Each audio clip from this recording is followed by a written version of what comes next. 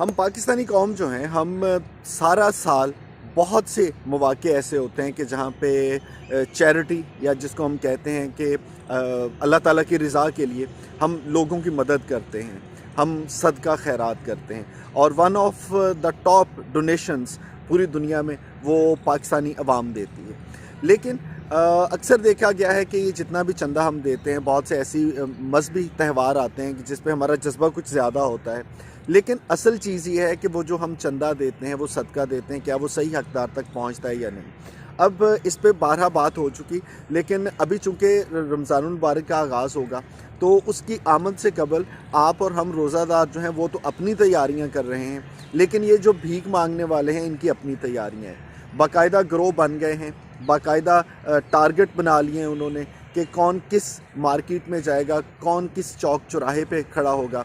और हमने तो देखा है कि जनाब, जैसे ही रमज़ान की आमद होगी तो उसके बाद चौक चौराहों पे भीख मांगने वाले ये जो ग्रोह हैं, जिनके पास हर उम्र का फ़र्द मौजूद है, एक चंद माह के बच्चे को जिसको उन्होंने गोद में उठाया हुआ है, उससे लेके छोटे छोटे नन्हे मुन्ने बच्चों से लेके ख़वातीन से लेके मर्दों से लेके बूढ़े लोगों तक, ये बाकायदा पूरी पूरी फैमिलीज़ हैं जो कि पाकिस्तान के हर कस्बे में, हर शहर में, हर चौक में, हर चौराहे में आके डेरे लगाती हैं।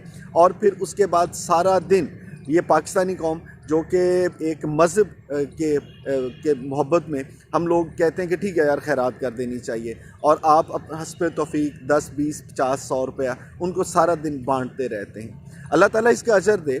लेकिन एक सोचने की बात है कि जब आपको इस बात का एहसास हो कि ये जो सदका हम दे रहे हैं ये उन लोगों के हाथ में जा रहा है जो बाकायदा एक ग्रोह हैं, जिनका ये पेशा है, जो सारा दिन मेहनत करने की बजाय सिर्फ मांग मांग के आपसे हज़ारों रुपया इकट्ठा करते हैं। अब वो मुझे एक वाक़या याद आ रहा है कि किसी साहब ने गाड़ी का शीशा नीचे किया, भीख मांगने वाले ने कहा कि साहब तुम मुझे 50 रुपये दे दें। तो साहब ने कहा कि इस तरह करो कि तुम मेरे साथ आ जाओ, मैं तुम्हें 4 घंटे मेहनत के बाद 500 रुपया दूंगा। तो वो कहने लगा कि साहब आप मेरे साथ आ जाएं, मैं आपको 4 घंटे की मेहनत के बाद 2000 रुपया भी दे सकता हूँ। सो इससे आपको अंदाज़ा हो जाएगा कि इन लोगों ने हमें लूट लूट के सदका खैरात के नाम पे कितने पैसे इकट्ठे किए। और दुख की बात यह है कि ये सारे का सारा पैसा इकट्ठा करने के बाद भी वो अपनी ज़िंदगी में कोई अच्छी तब्दीली नहीं लेके आएंगे, बल्कि खुश होंगे।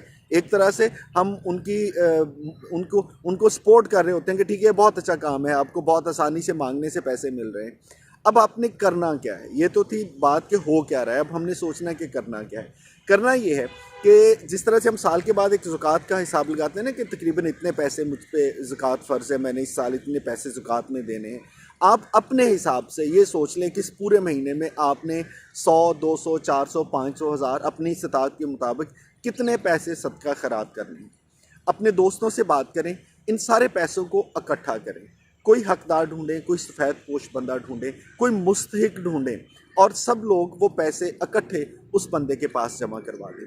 आपको लगता है कि आप अगर रोज़ 10-20 रुपये देना चाहते हैं तो पूरे महीने में 500 रुपया आप सदका करेंगे, तो वो 500 रुपया इकट्ठा करके किसी ऐसे काम में लगा दें कि जहाँ पे आपको यकीन हो कि ये जो पैसे मैंने दिए हैं इनका सही मसरफ़ होगा, इनका सही इस्तेमाल होगा, और ये हकीकत में आपके लिए सदका और सदका जारिया बनेगा।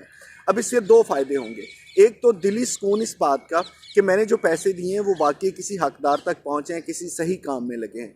और दूसरा, इन लोगों की हौसला शिकनी करने से आप अपने आने वाली नस्लों को महफूज रखेंगे इन जत्थों से, इन ग्रोहों से, जो कि आपसे मज़हब के नाम पे पैसे मांगते हैं, चंदा इकट्ठा करते हैं, और उसका इस्तेमाल किस तरह किया जाता है जिसका आपको और मुझे बिल्कुल भी अंदाज़ा नहीं है।